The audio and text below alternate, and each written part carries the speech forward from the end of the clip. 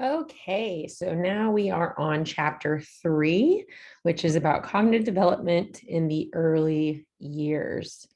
So just get started. Learning objectives, explain Piaget's constructivist theory of cognitive development and describe the value and limitations of his stages of development. Describe Piaget's sensory motor stage and current views of cognitive development in infants, including development in the areas of object concept, representational thought, and intentional action. Describe Piaget's pre-operational stage and current views of cognitive development in preschool children, including development in the areas of executive functions, numbers, theory of mind, and language. And lastly, explain Vygotsky's sociocultural theory and its contribution to current views of cognitive development and compare his constructivist perspectives to those of Piaget. So Piaget's constructivist theory, the human mind constructs its knowledge. Child is active participant in the learning process, right? So they're actively learning from engaging with different things, active. They're having activity as part of their learning process. Children learn by the process of adaptation, which can involve complementary activities of assimilation and accommodation. Assimilation meaning process of fitting new information to existing knowledge structure. So making sense of the new information. So how does this make sense in light of what they already know? How does it fit into their knowledge base? And then accommodation is the process of changing knowledge structures to allow new information to fit. So making room or being flexible in their knowledge process. So children are intrinsically motivated to learn. Mental activity is organized and organization involves in response to stimuli. So biographical sketch, Jean Piaget, he was a precocious child, publishing by the age of 10. He's a director of studies at a Center for Scientific Child Study and teacher training at age 25. He wrote prolifically on the development of children's knowledge, combined observations of children's hands-on problem solving and clinical interviews.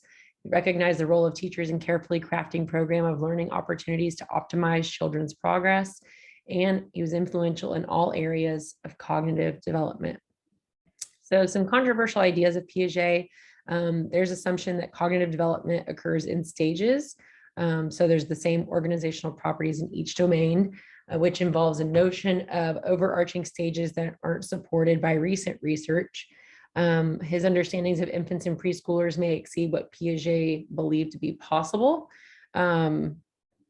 And then learning in different domains is not always organized or structured in the same ways at the same time. It's domain specific. Development can proceed at different rates and in different domains. So for infant cognition, the sensory motor stage, it's from birth to 2 years of age. Piaget's research was based on inferences from infants' interactions with the environment. Current research uses technology to make observations. So there's the habituation paradigm, which is a baby's tendency to orient to new stimulation and habituate to old stimulation, meaning they get used to things that have been stimulating much in the past. And they orient to new things, right? They learn to habituate to it, but they orient towards the novice, the new. Preferential response to paradigms is a measure of baby's response to multiple stimuli, and results of these paradigms, data about infants' perceptual abilities at various ages. With understanding objects, infants understand objects through their senses: vision, hearing, taste, touch, and smell. And that's a lot of why you'll see babies stick a lot of things they're not supposed to in their mouths. I think I mentioned that in another one of these lectures, but that's one of the ways that they learn. What does this taste like? What does this feel like? What is this? For object permanence, that means that objects exist even when the infant can't perceive them with their senses. So it involves representational thought as evidenced by hidden object test. There's an example of an infant becoming attached to a parent, and that attachment is rooted in that baby having a concept of the parent. So object permanence with a parent means that a child can leave the room and they know if they come back to the room, mom or dad or whoever will still be there. So they have attachment rooted in permanence of the parent attachment and parent relationship. With infant thinking and conceptual development, that improves to the first and second years of life. Now with remembering, there are discoveries by researchers with information processing view of cognitive development, and there's recognition where you're feeling that something is familiar when it is repeated.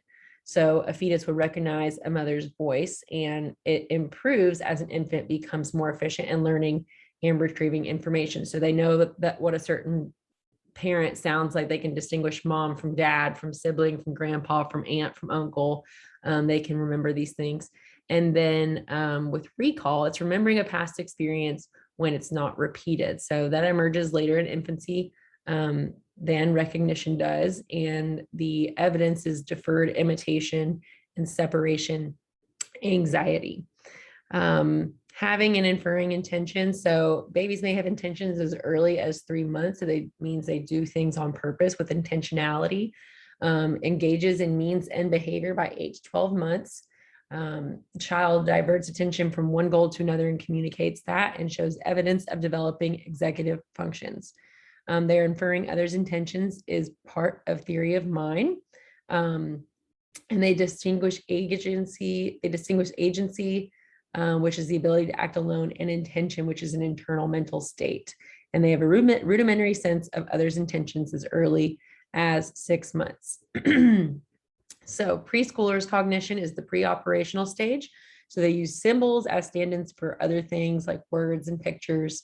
Centration is the tendency to focus on one feature of experience or at a time. So learn to decenter later. And then further development of executive functions as a result of maturing prefrontal cortex, environmental variables, and more. And so that involves working memory that holds information that we're thinking about, self-regulating, regulation of the self, of the emotions, of self-functioning, enables us to focus and suppress interruptions, and cognitive flexibility allows us to shift attention from task to task. Here is a visual. You guys know by now I love visuals. And so you can just see how the stages build on one another. So the sensory motor stage is, of course, at the bottom from ages 0 to 2, involves object permanence. Babies learn that objects that are out of sight still exist. They have goal-directed action, where they learn to act intentionally to achieve goals. And the deferred imitation is that babies continue to imitate others after the event. So that might be why you hear babies repeating the words that you say, or doing the things that you do.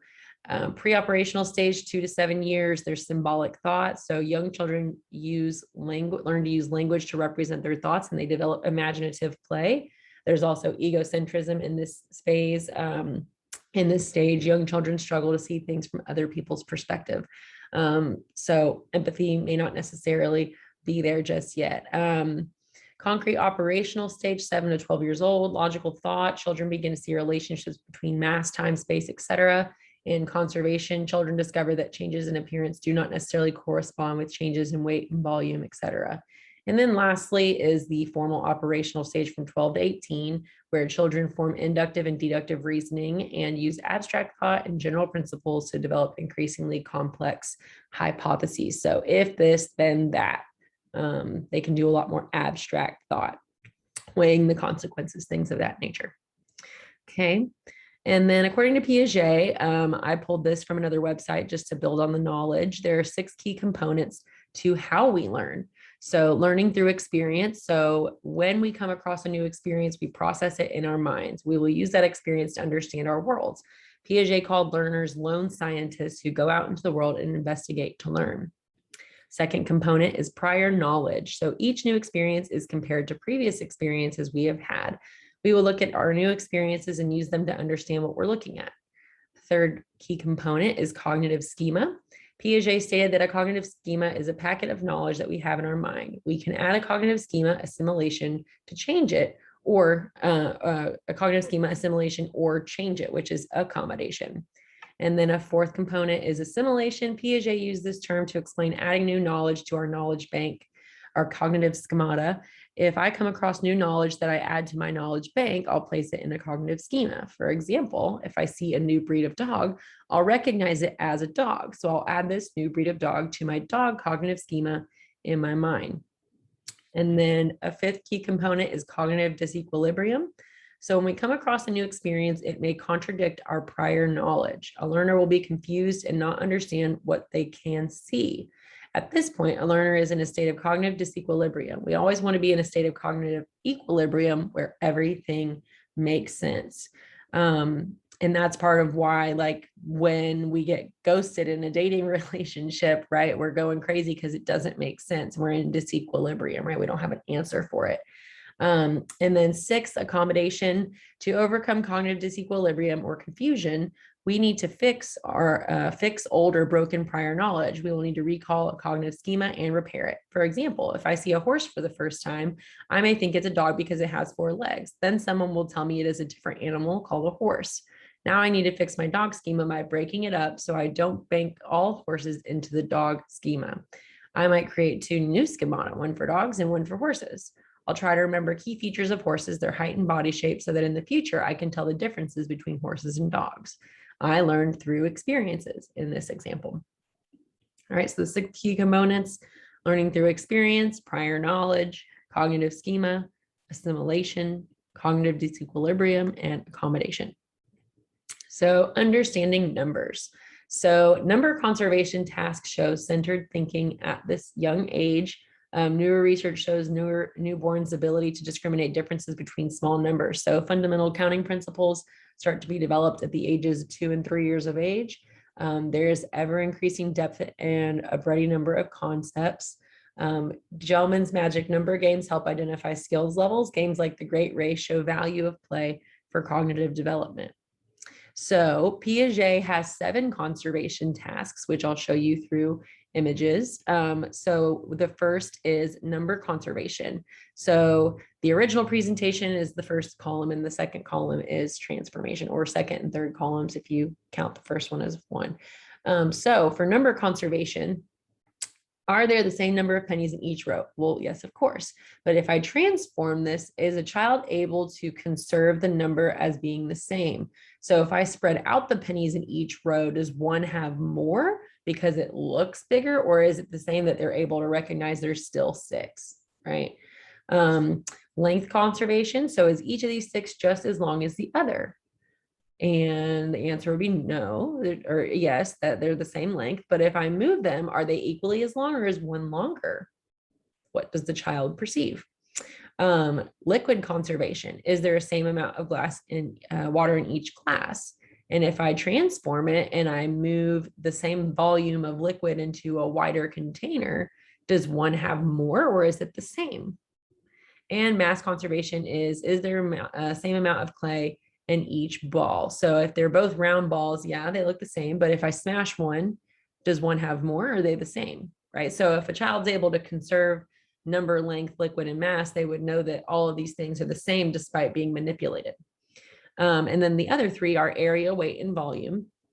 So the area example, does each of these 2 cows have the same amount of grass to eat?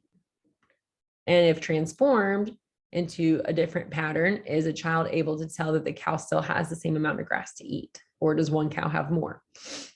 Weight conservation, does each of these 2 balls of clay weigh the same amount? And now, without placing them back on the scale to confirm what is correct, the child, do the 2 pieces of clay weigh the same, or does one weigh more if one is smashed? Okay, and then volume. What does the water level rise equally in each glass when the 2 balls of clay are dropped in the water? Now, after one piece of clay is removed from the water and reshaped, will the water levels rise equally, or what will one rise more? Right? So area, weight, and volume conservation. The other 4: number, length, liquid, and mass, area, weight, and volume. So understanding the mind, limited, and also why is this relevant? Tying that back to counseling.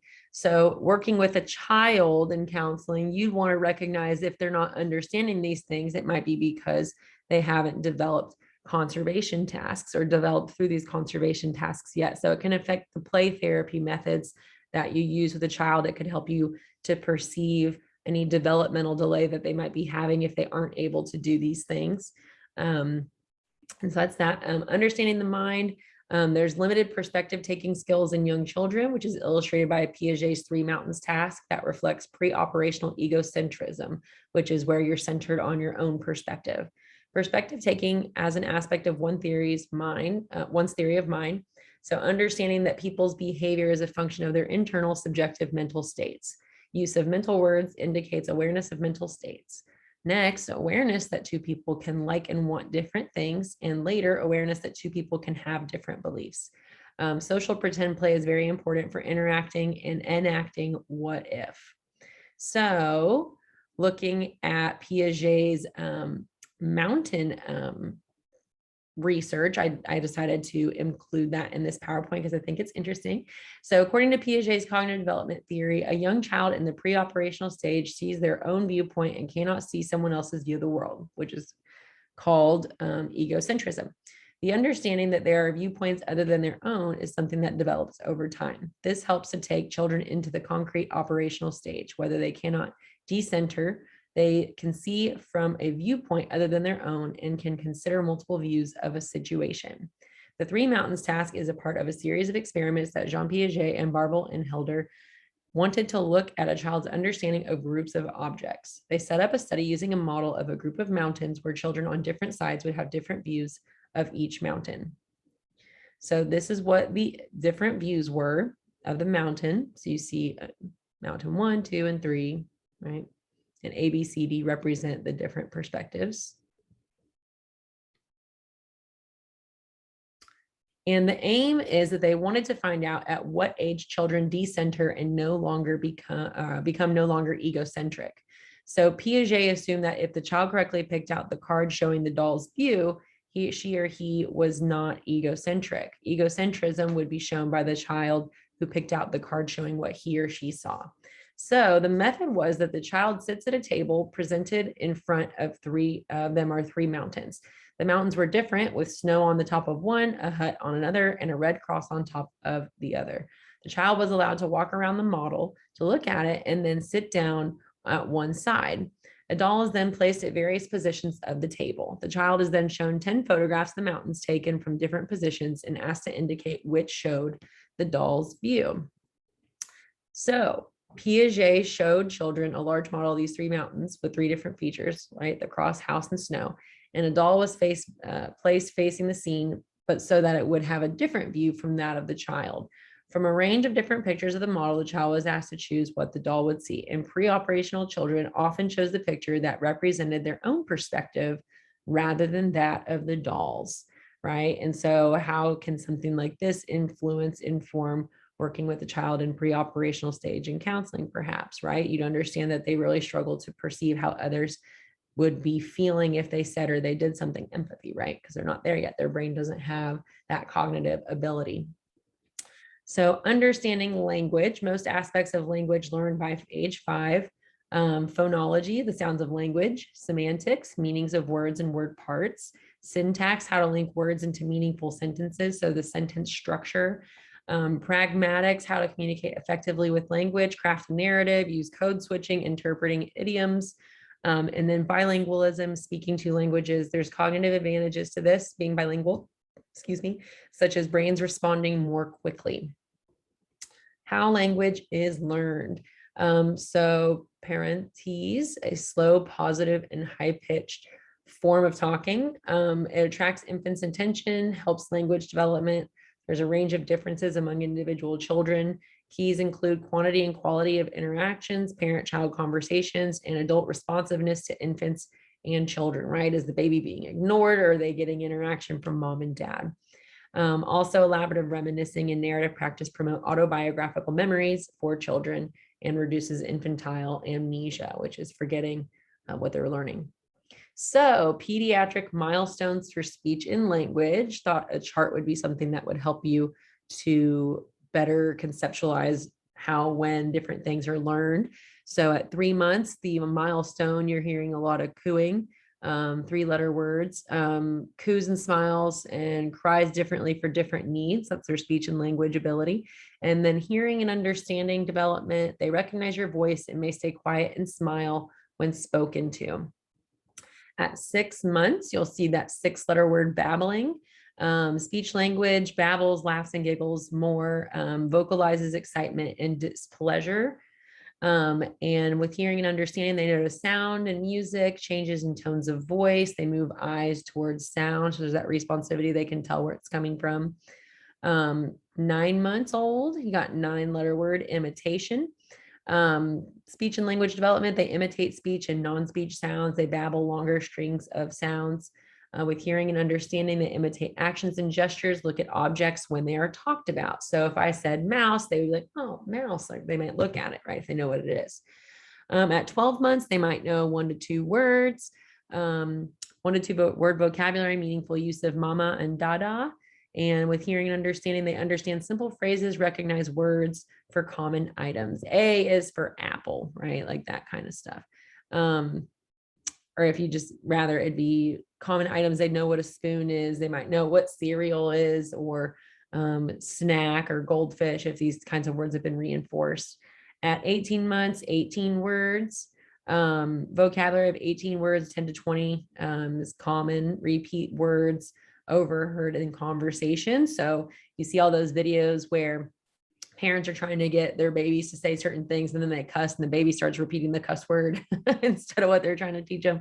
That's an example of where that can happen in that 18-month period. They follow simple commands and questions and point to pictures and objects in books. At 2 years old, they've got 2-word phrases. They use 2-word phrases, and they might have a vocabulary of 50 words or more. They follow 2-step directions and use gestures during pretend play, which could be shrugging, pointing, waving, all those kinds of things. At 3 years old, 3-word phrases. They use 3-word phrases, and they have a vocabulary of 200 words or more. They understand spatial time concepts and understand pronouns and plurals. And at 4 years old, 4 or more word sentences, they can use those, as well as for telling stories.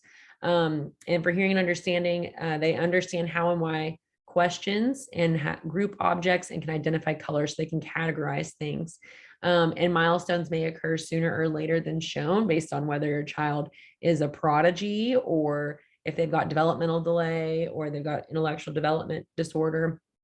And these kinds of informations, was there any delayed milestones when someone was growing up, could be really useful to know as a therapist, because maybe a child was in a neglected, abusive home, and so they have a speech impediment, or it led to a lot of problems in school when they were growing up, right? And so knowing if somebody had issues with milestones can give you a clue into what they might have experienced as a child at school and in the home, and just in society in general.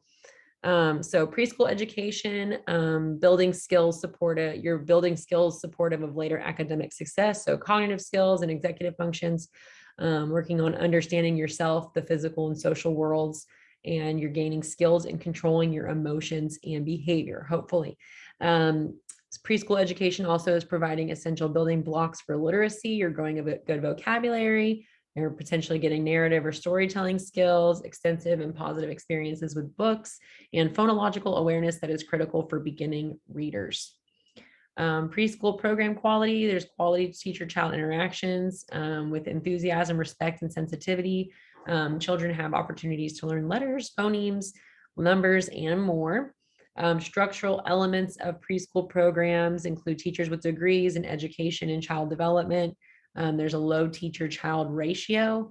And then there's a variety of equipment materials. There's welcoming of parents in the environment, and there's low staff turnover rates. You want consistency with the kiddos. You want them to have consistent attachment figures within their teachers. So Vygotsky's sociocultural theory, sociocultural emphasis of cognitive development. The focus is on the critical role of culture and society in transmitting knowledge. So tools or signs are what people use to help them think and learn. So language, numbering system, papers, pencils, and more.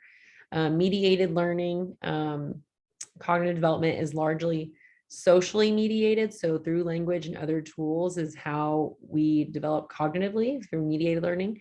And then scaffolding is where adults or advanced thinkers provide tips, prompts, guidance for children's learning. And there's also a zone of proximal development. It is the skill level at which a child can succeed only with help of adult or advanced others. So they can't do it unless someone is lending a helping hand. Also, there's egocentric or private speech, where the child talks aloud to themselves. It's viewed as a precursor to problem solving, planning ability, and self-regulation, and eventually becomes an internalized inner speech process. You might see a little kid walking around talking to themselves, dun, dun, dun, dun, dun, dun, dun, dun, dun, right? It's part of problem solving to themselves sometimes. And then there's benefits for self-regulatory function. It enhances children's attention and involvement when faced with challenging tasks, which improves working memory. So here's a visual for Vygotsky's sociocultural theory of cognitive development. So you can see in the inner part of the circle, I can do these things by myself in the green zone. The zone of proximal development is where you can do things with some help. And then there's things on the outermost level that you can't do even with help. And scaffolding happens in that zone of proximal development where you can do things with some help, right? And as a reminder, scaffolding is adults or advanced thinkers provide tips, prompts, guidance for children's learning. Right. Applications. There is developmental knowledge required for addressing children's common behavioral concerns, such as sibling conflict, right? If some children are more developed than others, there might be a lot of conflict because they don't understand how their sibling couldn't understand whatever, right? Like I had a patient that was 14 and her sister was 9, and she just couldn't understand why her sister was bothering her all the time. And she's always in her room. She's always doing this different stuff. And so I educated her on the cognitive development differences between her and her little sister. And it gave her a lot more compassion and empathy for why her sister didn't get it, that she didn't want her coming in there. She recognized that she hadn't developed that abstract thinking or any of that. And we also talked about how when children are younger, they often mimic what they're shown. And she was like, oh, maybe that's why she has a bad attitude and is rude to me, because I have a bad attitude and I'm rude to her. And so it gave her some insight to learn about her sister. So sibling conflict, which was resultant of them having completely different levels of cognitive development. Sports applications support school readiness and academic achievement. Counseling interactions involve learning and adaptation. So the ideas of Piaget and Vygotsky offer insights. There's a need for the helper to find ways to relate new information at the child's level, and role of culture in children's cognitive development. And with knowledge of all these things, you can pick up more easily on language delays. There's also a focus on developmental psychopathology. With autism spectrum disorders, they are increasing in occurrence. Characteristics for them are deficits in social interactions and communication patterns, repetitive behaviors and interests. For diagnosis, there's no biological marker. It's identified using multidisciplinary team approaches. The roots of ASDs, there's interaction of genetic and plausible environmental factors, some of which we talked about in a previous lecture, and guidelines for intervention involve intensive year-round small groups, parent and training and support, interactions with peers, ongoing assessments, and structure. So that is the end of the slides for review of the chapter. Now let's look at some questions.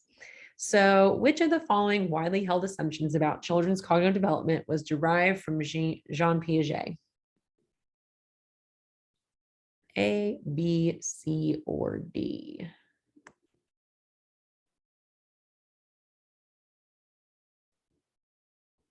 D, children construct their knowledge. Piaget's research with babies helped him theorize about infant cognition by primarily focusing on their what? A, babbling patterns with other children, B, motor interactions with the environment, C, eating habits and intake quantities, or D, DNA, blood type, and hereditary markers. B, motor interactions with the environment. According to Piaget's theory of cognitive development, what did he call the stage children typically experience during the preschool years, beginning around the age of 2? Pre-operational, sensorimotor, adaptation, or self-regulation? What did he call the stage? A, pre-operational. All right, a couple more here. Vygotsky believed that parents and other more advanced thinkers of a culture promoted cognitive development of children or novice learners. What term is used to define this type of help that promotes learning? Elaborating, orienting, duplicating, or scaffolding? Scaffolding. Vygotsky and Luria believed that egocentric or private speech was the precursor of what? Self-regulation, adaptation, accommodation, or egocentrism.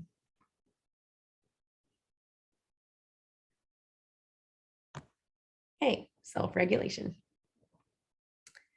Normally developing motor and visual milestones for a 4-month-old include crawling, scribbling with a crayon, interpreting facial expressions. B, sitting without support, playing with simple toys, 20/20 vision.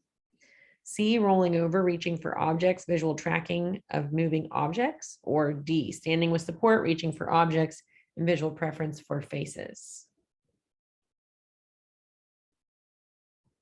C, rolling over, reaching for objects, and visual tracking of moving objects. And last question. One important lesson helping professionals can take from Piaget's and Vygotsky's work is that A, children must be expected to make independent progress and not be supported by adults in every task. B, understanding how young clients think can help in structuring interventions that build effectively on existing knowledge and meanings. C, stages of cognitive development proceed regularly and are not altered by individual experiences. Or D, language learning is not necessary for children to make progress in problem solving. What is one important lesson from Piaget and Vygotsky's work? B, understanding how young clients think can help in structuring interventions that build effectively on existing knowledge and meanings. Okay, so this chapter was pretty straightforward, but I hope that the few examples that I provided and the visuals were helpful to you guys. Have fun reading chapter 3 this week. Thanks.